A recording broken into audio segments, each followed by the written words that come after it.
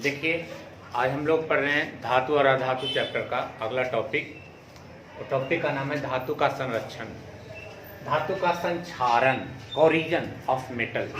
धातु का संक्षारण, तो संक्षारण मेन है। संक्षारण कहते किसे हैं? संक्षारण से क्या लाभ है, संक्षारण से क्या हानि है, संक्षारण से बचाव कैसे किया जाए। तो संक्षारण है क्या? तो कहता है कि जब कोई धातु मान लिया जाए कि ये धातु है। अब ये धातु नमी, आर्द्रता, ऑक्सीजन, कार्बन डाइऑक्साइड, H2S, बहुत सारे रसायनों के प्रभाव में पड़ करके अब इसका परत दर परत नष्ट होने लगता है। कार्बन डाइऑक्साइड, जलवाष्प, नमी, आर्द्रता इत्यादि के प्रभाव से धातु का परत दर परत क्षय होना, नष्ट होना, क्षय होना या नष्ट होना ही संक्षारण कहलाता है। जैसे देखिए, जब धातु की सतह पर, ये धातु है, धातु की सतह पर वायु के ऑक्सीजन, कार्बन डाइऑक्साइड, जल, सल्फर डाइऑक्साइड, हाइड्रोजन सल्फाइड इत्यादि के अभिक्रिया से धातु का परत दर परत नष्ट हो जाना क्या कहलाता है? धातु का संक्षारण कहलाता है। अब जैसे समझिएगा कि जब लोहे के टुकड़े को वायु में अगर छोड़ देते हैं तो उसके लोहे के टुकड़े के ऊपर कुछ समय के बाद एक भूरे रंग की परत बन जाती है, जिसे उस भूरे रंग की परत को हम लोग जंग कहते हैं और इस प्रक्रिया को जंग लगना कहते हैं। तो जंग लगने के पश्चात धातु की परत दर परत नष्ट होने लगता है, वह उसके परत दर परत टूटते हैं और वह कमजोर होते जाते हैं। और जब टूटते हैं परत दर परत, तो टूटने की क्रिया ही नष्ट होने की क्रिया कहलाएगी संक्षारण। और जब लोहे के ऊपर नमी, आर्द्रता के प्रभाव से उसके ऊपर एक भूरे रंग की परत बैठ जाती है, जिसे फेसोफेरिक ऑक्साइड कहते हैं, या उसको हम लोग जंग कहते हैं, यानी और इस क्रिया को जंग लगना कहते हैं। तो जंग में दो चीजों का मिश्रण होता है, याद रखिएगा। जंग में Fe2O3 और FeOH का होल 2 का मिश्रण होता है। और अब कहता है कि जंग लगने से उसके वजन में कमी हो जाती है, उसके परत दर परत नष्ट होती है और अंतोगत्वा वह क्षय होकर के समाप्त हो जाता है, कहता है। तो अब ये ऐसी इस कंडीशन में जंग लगने का शर्त क्या क्या है? बार बार ऑब्जेक्टिव में पूछता है कि जंग किसके कारण लगता है, जंग लगने की शर्त क्या है? तो याद रखिएगा कि जंग लगने की दो आवश्यक शर्त, जंग लगने की दो आवश्यक शर्त है। पहला आवश्यक शर्त है ऑक्सीजन और दूसरा आवश्यक शर्त है जलवाष्प। तो बात रहा कि जंग से कैसे रोका जा, जंग लगने से बचाने का संक्षारण का क्या उपाय, संक्षारण से क्या लाभ है, संक्षारण करने से क्या लाभ है? तो अगर हम लोग संक्षारण करते हैं तो उस धातु की आयु होती है जो लंबी होती है, वह लंबे समय तक सुरक्षित रहता है, वह नष्ट नहीं होता है। तो संक्षारण से बचाव क्या है? तो देखिए संक्षारण के उपाय, तो कहता है संक्षारण के उपाय है कि एक धातु के ऊपर दूसरी धातु का लेप चढ़ा दिया जाता है। एक धातु के ऊपर दूसरे धातु का लेप चढ़ाया जाता है। तो एक धातु के ऊपर दूसरे धातु का लेप चढ़ाया जाता है, तो इससे कई कंडीशन उत्पन्न होते हैं। अगर हम लोग जैसे अब लिखे हैं पहला एनोडीकरण, तो याद रखिएगा कि जब धातु के ऊपर सिर्फ एल्युमिनियम का परत चढ़ाया जाएगा, जब धातु के ऊपर किसका परत चढ़ाया जाएगा? एल्युमिनियम का परत चढ़ाया जाएगा, तो उस क्रिया को कहते हैं क्या? एनोडीकरण। अगला है, देखिए यहाँ एक लिखे हैं जस्तीकरण। तो जस्तीकरण क्या है? तो जब किसी धातु के ऊपर सिर्फ जस्ते का ही लेप चढ़ाया जाएगा, जस्ते में उसको डुबा दिया जाएगा, तो उसका एक अस्तर उस धातु के ऊपर चारों तरफ पड़ जाएगा, तो इस प्रक्रिया को कहेंगे क्या? जस्तीकरण। तो संक्षारण का उपाय है किसी अन्य धातु का लेप चढ़ा करके, दूसरा एनोडीकरण के द्वारा, अब तीसरा क्या है? रंगाई के द्वारा। अगर किसी धातु के ऊपर अगर हम लोग पेंटिंग कर देते हैं, पेंट करते हैं, जैसे ग्रिल है, किवाड़ी है, अलमीरा है, जो भी बनाया है गया है लोहे का या कोई अन्य धातु का, अगर उसके ऊपर अगर हम लोग पेंटिंग कर देते हैं तो उसमें नमी और आर्द्रता, जलवाष्प का प्रभाव नहीं पड़ता है और वह धातु लंबे समय तक क्या होता है? सुरक्षित रहता है। तो उसी रंगाई करके, पेंट चढ़ा करके, विद्युत लेपन के द्वारा, जस्तीकरण के द्वारा, या फिर किसके द्वारा? मिश्र धातु के द्वारा उसको हम लोग क्या कर सकते हैं? संक्षारण से रोक सकते हैं। तो संक्षारण के उपाय अगर पूछ दे कि संक्षारण की उपाय कौन कौन सी हैं, तो आपको जो याद रहे, तो किसी अन्य धातु का प्रचरा करके, एनोडीकरण के द्वारा, रंगाई के द्वारा, तेल या ग्रीस लगा करके भी हम लोग क्या कर सकते हैं, उस धातु को संक्षारण होने से बचा सकते हैं। रंगाई करके, जस्तीकरण करके, विद्युत लेपन के द्वारा और मिश्र धातु बना करके संक्षारण को रोका जा सकता है।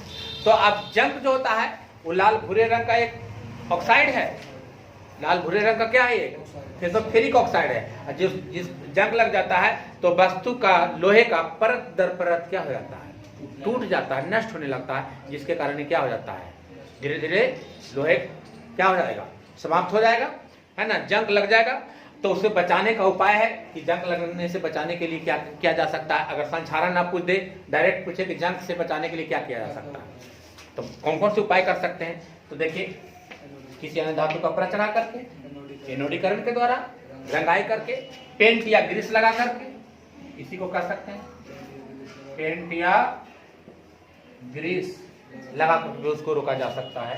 जस्तीकरण के द्वारा रोका जा सकता है, विद्युत लेपन के द्वारा रोका जा सकता है, और मिश्र धातु। अब बात रहा कि मिश्र धातु क्या है,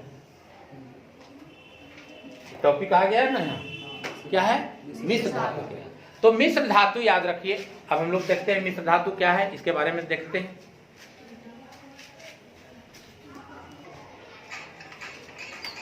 संक्षारण, संक्षारण कोरिजन हो गया आपका। अब देखिए मिश्र धातु, मिश्र धातु क्या है, तो कहता है कि जब दो या दो से अधिक धातु या एक धातु या और एक अधातु, दोनों हो सकता है, धातु और धातु दोनों को मिलने से बनता है। तो कहता है जब दो या दो से अधिक धातु अथवा एक धातु और एक अधातु को आपस में जब मिलाया जाता है, तो मिलाने के बाद एक नया पदार्थ का क्या होता है, निर्माण होता है। उसे, उस नए पदार्थ को हम लोग क्या कहते हैं, मिश्र धातु कहते हैं। मिश्र धातु में एक से अधिक धातु होगा या धातु और अधातु दोनों हो सकता है। धातु को मिलने से भी मिश्र धातु बनता है, और धातु और अधातु दोनों को भी मिलने से मिश्र धातु बनता है। जैसे हम कहते हैं पीतल, तो पीतल में दो तत्वों का मिश्रण है, कौन कौन, Cu और Zn। तो Cu और Zn मिलकर क्या बनाता है, पीतल का निर्माण करता है। तो बार बार ऑब्जेक्टिव में पूछता है कि पीतल मिश्र धातु है, चार को विकल्प रहेगा, Cu Zn, Cu Sn, Cu Pb, Cu Sn Ni। तो उसमें से चार में चुनना है आपको। तो याद रखना कि पीतल का मिश्र धातु कौन, पीतल किसका मिश्र धातु है, Cu और Zn। दूसरा है ब्रॉन्ज, इसी को कहते हैं कांसा, कांसा। तो कांसा किसका मिश्रण है, Cu और Sn का मिश्रण, प्लस नहीं, Cu और Sn का। सोल्डर, सोल्डर देखे हो, जो हिट करके ऐसे करके जोड़ा जाता है, मोबाइल टोबाइल का में जोड़ा जाता है। तो सोल्डर Sn और Pb का मिश्रण है। ड्यूरेलमीन, ड्यूरेलमीन एल्युमिनियम का धातु है, जो आपके घरों में प्रेशर कुकर होगा ड्यूरेलमीन का बना हुआ। हवाई जहाज के पार्ट्स पुर्जे जो होते हैं ड्यूरेलमीन के बने होते हैं। क्यों ड्यूरेलमीन के बने होते हैं, क्योंकि वह बहुत ही कठोर होता है। अगर लोहा का हवाई जहाज बना दिया जाए तो इतना भारी हो जाएगा कि उड़ेगा, इसीलिए कठोरापन भी चाहिए और हल्का भी चाहिए। तो ड्यूरेलमीन में एल्युमिनियम, Cu, Mn और Mg और Si का मिश्रण होता है। तो ये था आपका क्या, मिश्र धातु। तो मिश्र धातु याद हो गया कि जब दो धातुओं या धातु और अधातु के मिलने से एक नए पदार्थ का निर्माण होता है, जिसे हम लोग क्या कहते हैं। अब ये मिश्र धातु बहुत ही क्या होते हैं, कठोर होते हैं। जैसे पीतल, कांसा, सोल्डर, ड्यूरेलमीन, बहुत सारे हैं, लेकिन ये दो सबसे इंपॉर्टेंट है, बार बार इसके बारे में पूछता है, पीतल और कांसा। तो पीतल का मिश्रण Cu और कांसा में Cu और Sn। लड़का इस जगह दोनों में गड़बड़ा जाता है कि कौन किसका है, याद रखिएगा Cu और Sn का मिश्रण। अब इसी कंडीशन से आपका एक देखे हो, दिल्ली में लौह स्तंभ का नाम सुने होंगे। दिल्ली में एक लौह स्तंभ है ना, वो करीब आज से 2000 वर्ष पहले बना था। दिल्ली का एक लौह स्तंभ है जो आज से 2000 वर्ष पहले बना था, और इसकी ऊंचाई जो है 8 मीटर है, और इसका जो वजन है वो करीब करीब 6000 kg का है। लेकिन आज तक उसमें जंग नहीं लगा।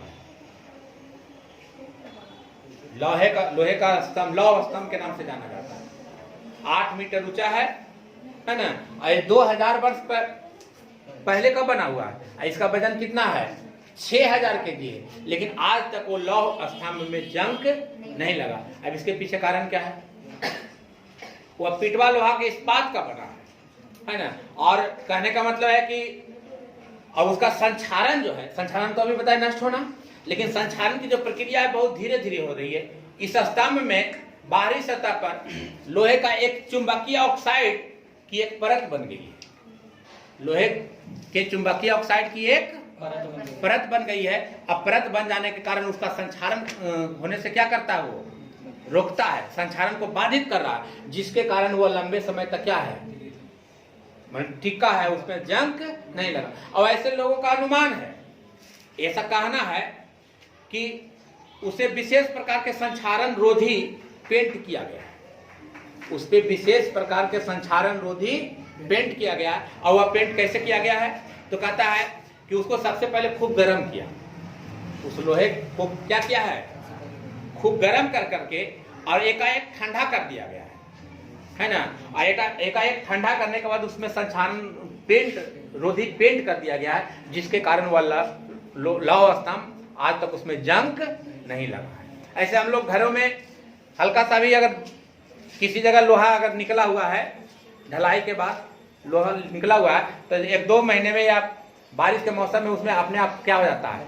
जंग लग जाता है। लेकिन खुले वातावरण में है लौह स्तंभ, 2000 वर्ष पहले का है, लेकिन आज तक उसमें जंग नहीं लगा है। तो उसमें चुंबकीय ऑक्साइड की एक परत बन गई है, जिसके कारण वह संक्षारण का कार्य कर रहा है। और आज तक वह क्या है? उसमें जंग नहीं लगा। इस प्रकार आपका जो चैप्टर था, एक और है, याद रखिएगा, सोने की शुद्धता की मापक इकाई, इसी टॉपिक में है, छोटा सा है। तो सोने की शुद्धता की मापक इकाई क्या है? सोने की मापक इकाई क्या होती है? कैरेट, है ना। और 24 जो कैरेट होती है वह शुद्ध सोना कहलाता है। 24 कैरेट क्या है?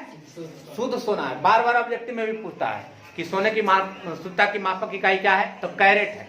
और 24 कैरेट का जो सोना होता है वह क्या होता है? शुद्ध सोना होता है। और 24 कैरेट सोना शुद्ध सोना है। और 24 कैरेट सोना इतना मुलायम होता है कि इसको अगर आभूषण में परिवर्तन कर दिया जाए तो वह आभूषण अपने आकृति को बनाए रखने में सक्षम नहीं है, मुलायम होने के कारण, है ना। इसीलिए जितने भी आभूषण जो बने हैं वह शुद्ध सोने का 24 कैरेट का आभूषण नहीं बनता है। उसमें कोई ना कोई धातु मिला करके, चांदी या तांबा दोनों का मिलाकर उसको बनाया जाता है। तो बार बार कभी कभी पूछता है कि 22 कैरेट का अर्थ क्या है? 22 कैरेट सोने का अर्थ क्या है? 22 कैरेट सोने का अर्थ बताएं। तो याद रखिएगा, शुद्ध सोने का मापक इकाई कितना? 24 कैरेट। अगर पूछ रहा है कितना? 22 कैरेट। तो 22 कैरेट कहने का मतलब हुआ, याद रखिए कि 22 भाग सोना है। 22 कैरेट का अर्थ हुआ कि 22 ही भाग क्या है?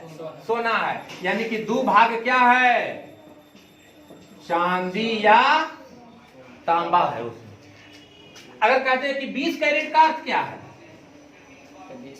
इस 20 कैरेट का अर्थ क्या है? तो इसका मतलब है कि 24 कैरेट में 20 ही भाग क्या है? सोना है। और 4 भाग क्या है? चांदी या तांबा है। तो इसका अर्थ समझ में आ गया कि अगर कहेगा कि मेरा सोना है जो कि 22 कैरेट का है, तो 22 कैरेट जैसी कह रहा है, तो इसका मतलब समझ जाइएगा कि उसमें 22 ही भाग क्या है? सोना है। और 2 भाग क्या है? चांदी या तांबा है। तो सोने की मापक इकाई समझ में आ गया, कैरेट का अर्थ समझ में आ गया।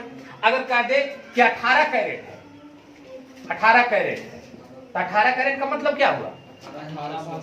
यानी कि 18 भाग सोना है और बाकी कितना बचा? 6 भाग चांदी या तांबा है। अब आ गया समझ में। तो इस प्रकार आपका जो चैप्टर था धातु और अधातु क्या हो गया? समाप्त हो गया। यानी कि तीसरे चैप्टर समाप्त हो गए। अब हम लोग पढ़ेंगे चौथा चैप्टर, जो सबसे इंपॉर्टेंट चैप्टर है और सबसे बड़ा चैप्टर है। लॉन्ग क्वेश्चन ज्यादातर इसी चैप्टर से पूछता है। चौथा चैप्टर से जो हम लोग पढ़ेंगे उस चैप्टर का नाम है कार्बनिक यौगिक। तब तक के लिए धन्यवाद।